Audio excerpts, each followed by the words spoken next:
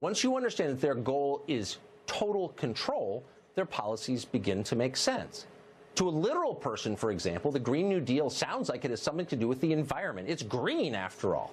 Of course, if you really cared about the environment, the quality of air and water, you would push China to stop polluting. China is the world's biggest polluter by far. But the Green New Deal doesn't even mention China. Instead, it's all about controlling you, the job you have, the house you live in, the vehicle you drive. Today, those are choices that you get to make. Under the Green New Deal, the Democratic Party would make them for you. That's why so many of their candidates have endorsed the Green New Deal. You'll hear things like the Green New Deal. You'll hear things like Medicare for all. You'll hear things like whether it's taxes. You'll hear things. Right. At what point do you say, that's our North Star, but we have to be realists? There's no question we have to be practical. But being practical also recognizes that climate change is an existential threat to us as human beings. Can we afford it? Of course we can afford it. $2.5 to $3 trillion a year for Medicare for all by some studies. It's not about a cost. It's about an investment. Medicare for all, another power grab, a total federal takeover of the healthcare sector. That means more power for them. Just the other day, Congresswoman Ocasio-Cortez speculated that it may no longer be right to have children, kids. Today, she considers that a debatable question, just asking. But in 20 years, it may be settled theology. One morning, you'll wake up and Commissar Ocasio-Cortez will be proposing control over who is allowed to have children and when. Don't believe it? Well, the same thing is happening with reparations. It moved fast. 20 years ago, seizing people's possessions and giving them away to atone for the sins of those who died more than a century ago, that was considered a fringe position. Nobody said that out loud who wanted to get elected. Today, Elizabeth Warren, Kamala Harris, Julian Castro, they have all said they're for it. At this pace, we'll be knocking down statues of Barack Obama someday soon for the crime of opposing reparations. This all sound a little paranoid? Okay, do this. Find a big city newspaper from just 10 years ago. Read the whole thing. Then compare it to this morning's Washington Post. How far has the left moved in just a decade? A long way. And the pace is quickening. Fascism? Yep, it's a threat, and it's not coming from the White House. Donald Trump Jr. joins us live tonight. Don, thanks very much for coming on. Good do you think, you talk to a lot of Republicans in Washington, do you think they understand the threat of woke capitalism, the alliance between the activist left and big business that is shutting down speech? You know, I think they're starting to get it. I think they're starting to see it. I mean, that's why I've tried to utilize my platform. I did an op-ed in Real Clear Politics the other day because I see it from so many real Americans, just guys that are Second Amendment accounts, people that follow me, like my politics, whatever it is, and they're reaching out to me when I made a big deal of this, saying, wow, it's happening to me too, but I have a platform to actually do something about it. There are guys, Kevin McCarthy's been pretty vocal about it, but the reality is that nothing has changed. I put up an Instagram post 2 weeks ago about the Smollett thing because, I had the gall to be a little bit cynical about the entire ridiculous situation that was laid out, and Instagram just deleted it. I sort of responded in my normal fashion, rather aggressively saying, what's wrong with this? Here's the problem, yada, yada. And I got inundated, Tucker. Hundreds of people sending me DMs. Don, my account was shut down because I tried liking one of your tweets, or I tried liking one of your father's Instagram posts that was like him and his grandchildren.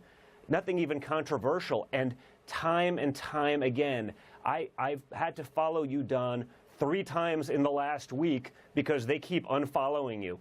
It's really sad, and it's happening. And the excuse that, well, it's spam-like behavior. No, spam-like behavior is not making Instagram unfollow people who want to follow my content and other conservatives. So free speech doesn't mean anything if people can't hear you speak.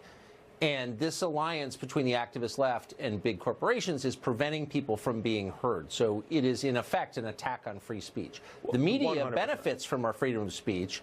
They are the prime beneficiaries of the First Amendment, and yet they don't even cover it. And places like CNN actually encourage companies to deplatform voices they don't think should be heard.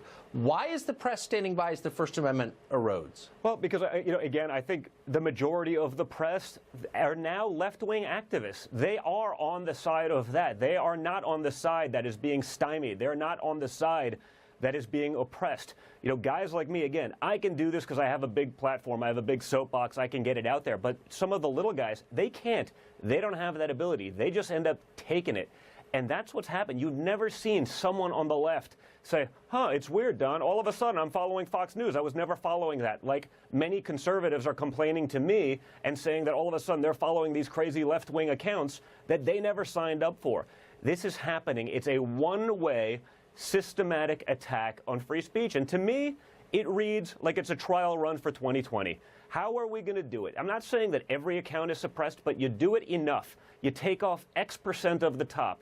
You cut the message in half. You get rid of some of the viral nature of what my father, frankly, did very well in 2016. He played monkey in the middle with the media and what they tried to do with messaging. He went right to his people. He went right to the people with his message. He didn't allow them to manipulate it. He went right over them.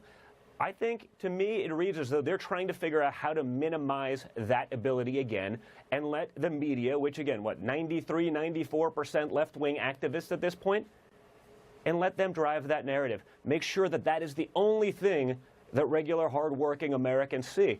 And we got to call it out. We have to hit it aggressively.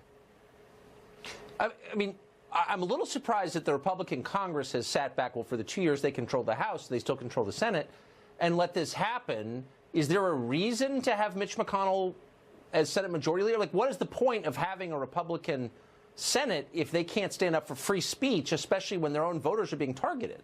Well, listen, I hope that this creates the platform for them to sort of jump on board to get it. Like I said, if it's me and I'm seeing literally hundreds of people, those are just the people who actually saw that post and are willing to take the time to reach out and send screenshots.